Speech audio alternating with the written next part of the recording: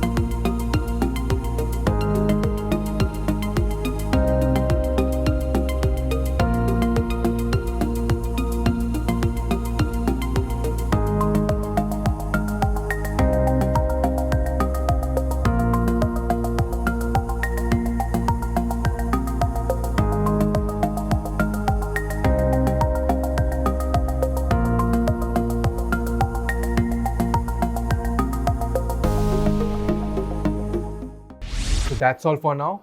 We will be coming up with a comprehensive review of the Galaxy A51 soon. Till then, make sure you like, share and subscribe to Gizbot's YouTube channel. This is Sandeep signing off.